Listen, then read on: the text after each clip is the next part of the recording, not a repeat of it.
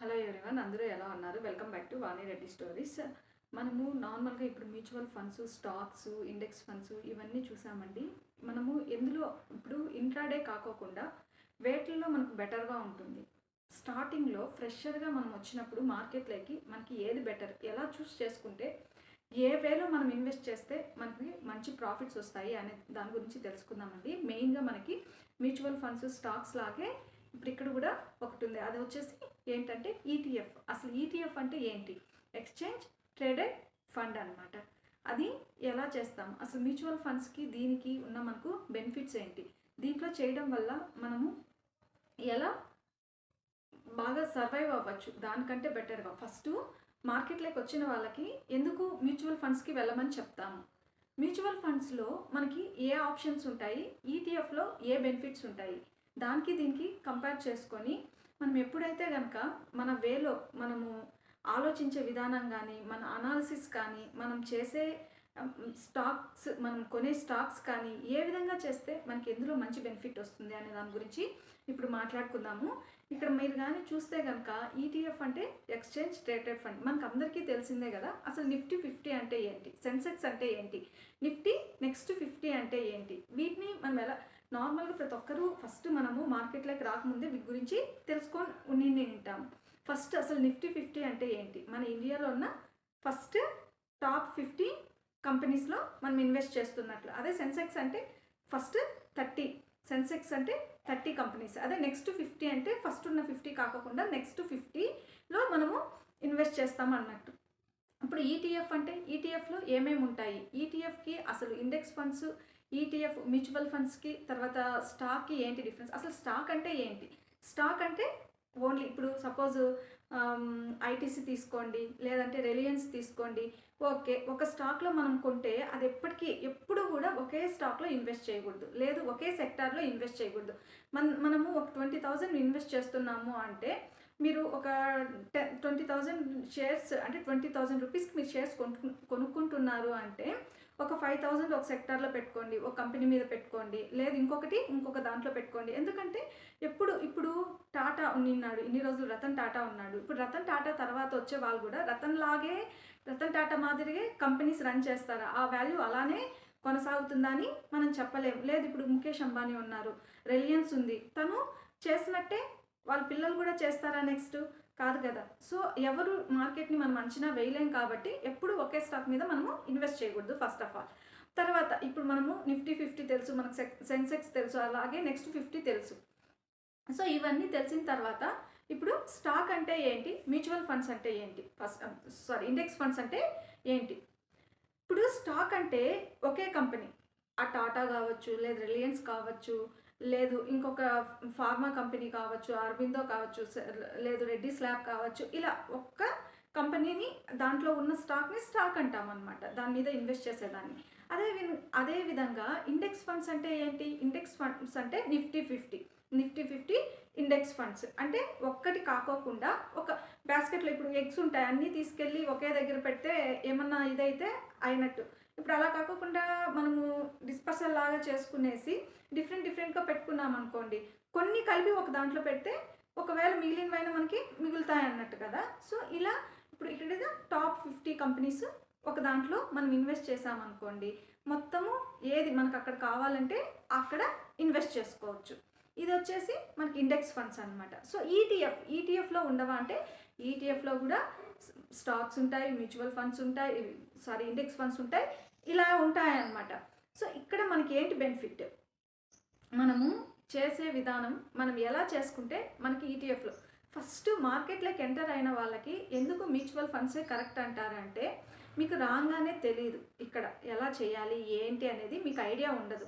మీరు వచ్చినప్పుడు మీరుకి ఓపిక లేకోకుండా ఏదంటే అది కొనేసి ఇది వెళ్తుంది, లేదు ఇది డౌన్ అయిపోతుంది, ఇది తీసేద్దాము, ఇది అమ్మేద్దాము, ఇంకొకటి కొనుక్కుందాము, ఇది తగ్గుతుంది, ఇది కొందాము, ఇది డౌన్ అయిపోతుంది పెట్టింది, ఇది అమ్మేద్దామంటే చాలా లాస్ అయిపోతారనమాట. అందుకే ఫస్ట్ మ్యూచువల్ ఫండ్స్లో ఎస్ఐపి చేసుకుంటే కనుక మీకు ఇప్పుడు తక్కువ శాలరీ ఉన్నప్పుడు 2,000 3,000 అన్నప్పుడు ఇలా చేయలేరు కాబట్టి ఆ విధంగా చేసుకుంటే కనుక మీకు బెనిఫిట్ ఉంటుంది అన్న దీంతో అలా మ్యూచువల్ ఫండ్స్లో మంత్లీ ఎస్ఐపి చేసుకుంటే బెటర్ అనేసి ప్రతి ఒక్కరూ చెప్తారనమాట. అలా కాకోకుండా మనకి మంచి నాలెడ్జ్ వచ్చిన తర్వాత మనము ఈక్విటీలో పెట్టుకోవాలంటే మీకు బెటర్ ఆప్షన్స్ ఉంటాయి, మంచి ఇన్కమ్ ఉంటుంది. ఎలా చేసుకోవచ్చు, ఇందులో ఏం ఆప్షన్స్ ఉంటాయి అంటే ఫస్ట్ దీంట్లో మనము ఫారెన్ది ట్రేడ్ చేయొచ్చు, ఫారెన్ స్టాక్స్ బై చేయొచ్చు, సెల్ చేయొచ్చు. ఇండియా నిఫ్టీ 50వి చేసుకోవచ్చు. ఇక్కడ ఇంకా మనకి ఇప్పుడు 10,000 వస్తుంది అనుకోండి, 10,000 మీరు ఒకే దాంట్లో పెట్టకుండా ఇప్పుడు 100 మైనస్ మన ఏజ్ చేసుకునేసి దాంట్లో మీరు ఎంత మంత్లీ 10,000 ఇన్వెస్ట్ చేయగలుగుతారా, లేదా 15,000 ఇన్వెస్ట్ చేయగలుగుతారా. అప్పుడు మీరు ఏం చేయాలి తెలుసా, ఫస్ట్ నిఫ్టీ బీస్లో ఒక 7,000 లేదా 6,000 పెట్టిన తర్వాత నెక్స్ట్ లిక్విడిటీ బీస్ ఉంటుంది. లిక్విడిటీ బీస్లో ఒక 2,000, తర్వాత గోల్డ్ బీస్ ఉంటుంది, దాంట్లో ఒక 2,000 మంత్లీ ఇలా ఇన్వెస్ట్ చేసుకుంటూ వచ్చారనుకోండి. ఇది ఎలా ఇన్వెస్ట్ చేస్తే మనకు బెటర్గా ఉంటుంది. ఇప్పుడు ఇక్కడ వచ్చిన తర్వాత ఈటీఎఫ్లో ఎలా ఉంటుంది అంటే, ఈటీఎఫ్లో అన్నిటికీ ఒక్కొక్క కేటగిరీ కలిపి ఒక్కొక్క బీస్ లాగా డిస్ప్లే అవుతుందండి మనకి. అలా ఎలా అంటే ఇప్పుడు నిఫ్టీకి సంబంధించినంత నిఫ్టీ బీస్ అని ఉంటుందన్నమాట. ఇప్పుడు ఆటోకి ఉంటుంది, ఇన్ఫ్రా ఉంటుంది, తర్వాత ఐటీ ఉంటుంది. ఇప్పుడు ఐటీకి రిలేటెడ్ అంతా ఐటీ బీస్ అని చూపిస్తూ ఉంటుంది అనమాట. అదే లిక్విడిటీకి సంబంధించింది లిక్విడిటీ బీస్, అదే గోల్డ్కి సంబంధించింది గోల్డ్ బీస్ అని వస్తూ ఉంటుందన్నమాట. అక్కడ మనం కొడితే కనుక ప్రతిదీ మనకి ఎన్ఎస్సికి వెళ్ళి మార్కెట్ గ్రోత్లో మనం చెక్ చేసుకుంటే కనుక ప్రతిదీ మనకి డిస్ప్లే అవుతూ ఉంటుంది.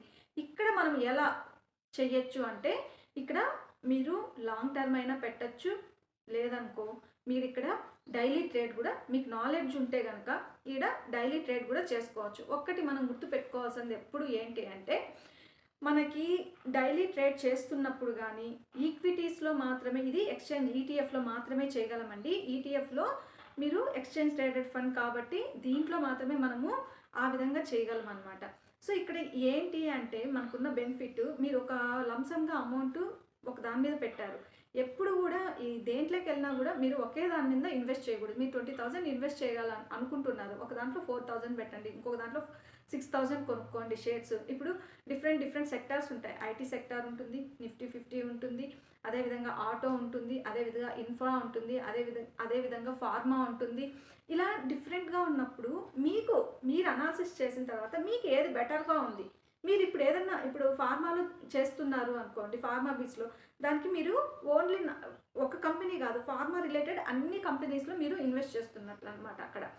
సో అక్కడ మీరు ఇన్వెస్ట్ చేసిన తర్వాత ఏమవుతుందంటే, ఇప్పుడు మీరు ఒక 40,000 ఇన్వెస్ట్ చేశారు, ఫార్మాలో ఒక 40,000 ఇన్వెస్ట్ చేస్తున్నారు అనుకోండి సపోజ్. మీరు అక్కడ డైలీ ట్రేడ్ మీరు బై చేయాలంటే బై చేయొచ్చు, సెల్ చేయాలంటే సెల్ చేయొచ్చు అనమాట. ఈటీఎఫ్లో మనకి ఇది మంచి ఆప్షన్ అనమాట. ఈటీఎఫ్ మనం ఎందుకు యూజ్ చేస్తాం మెయిన్గా అంటే, మనము డైలీ కూడా దీంట్లో మనకు కావాలన్నప్పుడు కొనుక్కోవచ్చు, లేదా అమ్మేయాలి అనుకున్నప్పుడు దానికి తగిన మనకి వెండర్స్ దొరికితే మనం ఇమీడియట్గా మనము సెల్ చేసేసుకోవచ్చు అనమాట. కానీ మీరు ఈటీఎఫ్ చేయాలి అనుకున్న వాళ్ళు ఖచ్చితంగా పేషెన్స్తో ఉంటే మాత్రమే ఈటీఎఫ్కి వెళ్ళాలండి. ఎందుకు అంటే, ఇప్పుడు అది ఒకటి బాగా గుర్తుపెట్టుకోండి. ఈటీఎఫ్లో ఒకవేళ మీకు మీరు పెట్టిన దాంట్లో డౌన్ అవుతూ వచ్చింది అనుకోండి, ఇమీడియట్గా అమ్మకూడదు.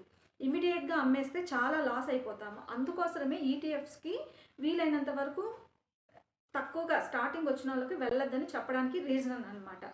సో ఎప్పుడు కూడా ఒకవేళ మీకు డౌన్ అయింది, మార్కెట్ బాగా డౌన్ అవుతుంది అనిపించినప్పుడు ఏం చేయాలంటే, మన దగ్గర ఉన్న తీసుకెళ్ళి దానికి యావరేజ్ చేసుకోవాలి ఫస్ట్.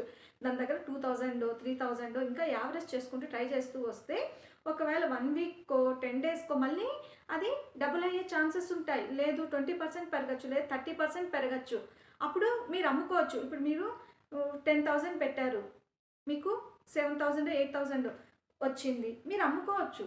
మనకు ఈక్విటీలో ఉన్న మంచి ఆప్షన్స్ మనకి బెటర్ ఆప్షన్స్ మనకి ఏమున్నాయి అంటే, మనము ఇంట్రాడే చేసుకోవచ్చు, లాంగ్ టర్మ్ పెట్టుకోవచ్చు, ప్లస్ ఈటీఎఫ్లు చేయాలి అంటే కనుక ఇక్కడే మనకి మంచి పాయింట్ అనమాట. మీరు లంసంగా పెట్టారు, ఇప్పుడు 50,000 మీకు బెటర్గా అనిపించింది, మీకు అనిపిస్తుంది బాగా పెరుగుతుంది, ఆటో పెరుగుతుంది అనిపిస్తుంది, లేదు ఇన్ఫ్రా పెరుగుతుంది అనిపిస్తుంది, లేదు ఫార్మా పెరుగుతుంది అనిపిస్తుంది, మీరు దాంట్లో ఇన్వెస్ట్ చేశారు, మీకు ఒక 30% 40% వచ్చింది. మీరు 50,000 పెట్టారు, నెక్స్ట్ 30% మీకు పెరిగింది అంటే మళ్ళీ మీకు 30,000 వచ్చింది అనుకోండి, ప్రాఫిట్ వచ్చింది కదా.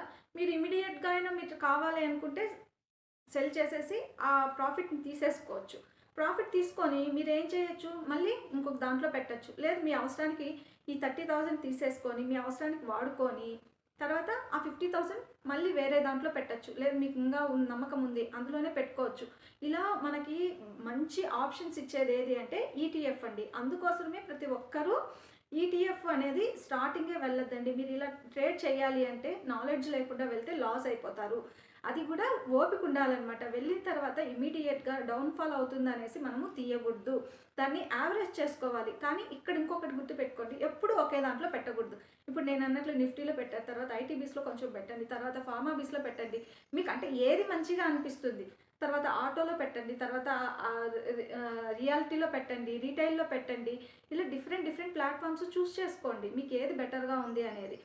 చూస్ చేసుకున్న తర్వాత ఇక్కడ మనకు వచ్చేసి ఛార్జెస్ కూడా ఎలా ఉంటాయి అంటే compare to mutual funds better అనమాట. కొంచెం ఎక్స్పెన్స్ రేషియో అనేది దాంట్లో 0.20% ఎంతో ఉందనుకోండి. సపోజ్ దీంట్లో మీరు చెక్ చేసుకుంటే కనుక మీకు 0.5%, 0.3% కొంచెం లెస్గా ఉంటుందన్నమాట. ఏది ఈటీఎఫ్లో ఎక్స్చేంజ్ మీరు ఓన్లీ మనము ఇక్కడ ఇండియా నిఫ్టీలోనే కాకోకుండా, ఇండియా మార్కెటే కాకోకుండా మీరు యూఎస్ మార్కెట్లో కూడా ఈటీఎఫ్స్లో ఇన్వెస్ట్ చేసుకోవచ్చు, దానికి ఏం ప్రాబ్లం లేదనమాట. ఇక్కడున్న మనకు బెటర్ ఆప్షను, మనము ఒక్కదానికొకటి డబ్బులు చేసుకోవచ్చు మన డబ్బుల్ని అనుకున్నప్పుడు. మీ దగ్గర 4 lakhs 5 lakhs ఉంది, మీకు మంచిగా అనిపించింది దాంట్లో పెట్టుకొని, మీకు ఒకవేళ ఒక సపోజ్ ఎంత 30% వచ్చింది అనుకోండి, 3 lakhs పెట్టారు, 30నో 40నో వచ్చింది, మళ్ళీ ఆల్మోస్ట్ మీకు 1.5 lakh వరకు మీరు రీచ్ అయ్యారనుకోండి, 1 lakh ప్రాఫిట్ వచ్చింది అనుకోండి, దాంతో మనం డబుల్ సంపాదించుకున్నట్టే కదా. మనకు 3 lakhsకి 1.5 lakh ఆల్మోస్ట్ 1 monthకి వచ్చేసింది. ఒక 1 monthలోనే మీకు మంచి ప్రాఫిట్ వచ్చింది అనుకోండి, మీరు తీసేసుకుంటారు కదా. మనము ఈ డబ్బుతోనే నెక్స్ట్ గ్రోత్ని పెంచుకుంటూ వెళ్ళొచ్చు అనమాట. మ్యూచువల్ ఫండ్స్లో ఏంటి అంటే మనం రిటైర్మెంట్ స్టేజ్కి, మన పిల్లలు పెళ్ళిళ్ళ స్టేజ్కి మనకు అసలు ఏది తీయకూడదు. నాకు అవసరం లేదు, ఈ డబ్బులు నాకు అవసరం లేదు, నేను మంత్లీ ఇలా పెట్టి వదిలేస్తాను, నాకు ఎప్పుడో ఒకసారి, ఇప్పుడు కాదు, నాకు రిటైర్మెంట్ స్టేజ్కి, లేదు మా పిల్లల ఎడ్యుకేషన్కి, లేదు నాకు హౌస్ కొనుక్కోవడానికి, లేదు నాకు పిల్లల మ్యారేజ్కి ఇలా కావాలి అనుకుంటే సిస్టమేటిక్ ప్లాన్లో వెళ్ళిపోతే కనుక బెటర్ ఆప్షన్ అనమాట. అలా కాదు, నా దగ్గర ఇంతే అమౌంట్ ఉంది, నేను దీన్ని డబుల్ చేసుకోవాలి, నేను మంచిగా నాకు నాలెడ్జ్ ఉంది, నేను దీన్ని అనాలిసిస్ చేయగలను అనుకున్నప్పుడు ఈటీఎఫ్స్కి వెళ్ళండి. మీరు అక్కడ కావాలంటే డైలీ చేసుకోండి, వీక్లీ చేసుకోండి, మంత్లీ చేసుకోండి, మీ ప్రాఫిట్ ఇన్కమ్ని బట్టి. కాకపోతే అలా డౌన్ఫాల్ అయ్యేటప్పుడు మాత్రం తీకండి, యావరేజ్ చేసుకోండి. ఇప్పుడు మీరు వచ్చి మంత్లీ మనం అనుకున్నట్టు ఎంతో కొంత పెడుతూ వచ్చారు, ఒకవేళ మీకు లిక్విడిటీ బీస్లోనో లేదు గోల్డ్ బీస్లోనో తగ్గుతున్నట్టు అనిపించింది అనుకోండి, ఇక్కడ తీసి మీరు మళ్ళీ నిఫ్టీలో పెరుగుతూ ఉంది అంటే మిగిలిన అమౌంట్ తీసుకెళ్ళి అందులో పెట్టండి. మీకు ఎప్పుడు కావాలంటే అప్పుడు విత్డ్రా చేసుకోండి. మంచి పర్సంటేజ్, మంచి ప్రాఫిట్ వచ్చినప్పుడు మంత్లీ, ఒకవేళ మీకు మంత్లీ ఒక 10% 15% వచ్చింది, మీకు రిక్వైర్మెంట్ ఉంది, డ్రా చేసేసుకోండి. ఇప్పుడు ఫిక్స్డ్లో పెట్టారనుకోండి మనకు చాలా తక్కువ ఇంట్రెస్ట్ వస్తుందండి. ఫిక్స్డ్లో మనకు 6 మ్యాక్స్ అంటే 7%, అంతకుమించి మనకు ఫిక్స్డ్ డిపాజిట్లో రాదనమాట. ఇక్కడ ఇందులో అయితే మనకి బెటర్ ఆప్షన్ ఉంది. ఇప్పుడు మ్యూచువల్ ఫండ్స్లో పెడితే మనకి లాంగ్ టర్మ్ కోసం మనం వెయిట్ చేయాలి. అదే కనుక ఈటీఎఫ్లో మనకి అన్ని ఆప్షన్స్ ఉంటాయన్నమాట.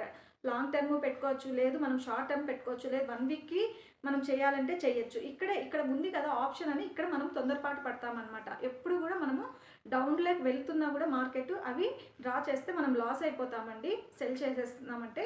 కాబట్టి అలా చేయొద్దండి ఎప్పుడు కూడా. మీకు ఈ ఆప్షన్ ఉంది, ఎందుకంటే ఈటీఎఫ్లో ఉంది, మనకి ఇమీడియట్గా మనీ కావాలి అంటే మనం విత్డ్రా చేసుకునే ఛాన్సెస్, అంటే అమ్ముకోవడానికి ఛాన్సెస్ ఉంటాయన్నమాట. కాబట్టి ఈటీఎఫ్ మనకి బెటర్ ఇన్ ఫ్యూచర్ అని మనం మాట్లాడుకుంటున్నాం. అందులో మనకి రిస్క్ ఉండదా అంటే రిస్క్ ఉంటుంది, కొన్ని రిస్క్ లేనివి ఉంటాయి, మనం చూసుకొని పెట్టుకుంటే కనుక.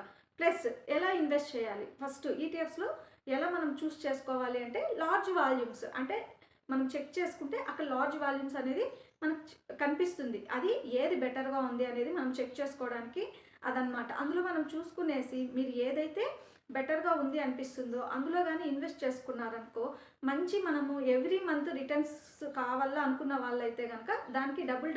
ఇప్పుడు ఒక 1 lakh పెట్టినప్పుడు మీకు 30,000 వచ్చింది, ప్రాఫిట్ వచ్చింది అనుకోండి, మీరు తీసుకెళ్ళి ఇంకొక దాంట్లో పెట్టి దాన్ని డబుల్ చేసుకోవచ్చు కదా ఈజీగా. దీనికి మంచి మార్గం ఏదన్నా ఉంది మనకి అంటే ఈటీఎఫ్ అనమాట. అందుకు మనము దీన్ని చూస్ చేసుకుంటాం. ఈటీఎఫ్ అనేది మనకి ఇప్పుడు అర్థమైంది కదా, అసలు స్టాక్ అంటే ఏంటి, ఇండెక్స్ ఫండ్స్ అంటే ఏంటి, మ్యూచువల్లో మనం ఇన్వెస్ట్ చేస్తే మనకి ఏంటి బెనిఫిట్, ఈటీఎఫ్లో చేసుకుంటే మనం ఎలా చేసుకోవచ్చు. కాకపోతే ఈటీఎఫ్ వచ్చే వాళ్ళకి మాత్రమే ఓపిక ఉండాలండి. సో ఇది అందుకోసమే ఈటీఎఫ్లో మనము ఓన్లీ మన ఇండియన్ కంపెనీస్లో కాకుండా యూఎస్ కంపెనీస్లో కూడా మనం ఇన్వెస్ట్ చేసుకోవచ్చు. ఇది వచ్చి మంత్లీ చేసుకోవచ్చు, వీక్లీ చేసుకోవచ్చు, లాంగ్ టర్మ్ పర్పస్ కూడా మనం యూజ్ చేసుకోవచ్చు. కాబట్టి ఈటీఎఫ్స్ అనేది నార్మల్గా ఫస్ట్ మార్కెట్లోకి వచ్చిన వాళ్ళు లేదా తొందరపాటు ఉన్న వాళ్ళు ఈటీఎఫ్లకి రాకూడదు అనమాట. ఎటువంటి నాలెడ్జ్ లేకుండా వస్తే మళ్ళీ మనము ప్రాబ్లం ఫేస్ చేయాలి. కాబట్టి ఈటీఎఫ్స్ అనేది మీకు కొంచెం ఐడియా వచ్చిన తర్వాత ఈటీఎఫ్స్లోకి వెళ్ళండి. దాంట్లో మనకు ఆప్షన్ ఇలా ఉంటుంది. మీ దగ్గర లంసమ్ అమౌంట్ ఉన్నప్పుడు ఈటీఎఫ్స్లో పెట్టుకొని మీరు కానీ ట్రేడ్ చేసుకుంటే కనుక మంచి ప్రాఫిట్సే ఉంటాయి. అదేవిధంగా మ్యూచువల్లో అయితే మీకు ఫ్యూచర్ ప్లాన్ కోసం ఆలోచించే వాళ్ళైతే మ్యూచువల్ ఫండ్స్కే వెళ్ళండి.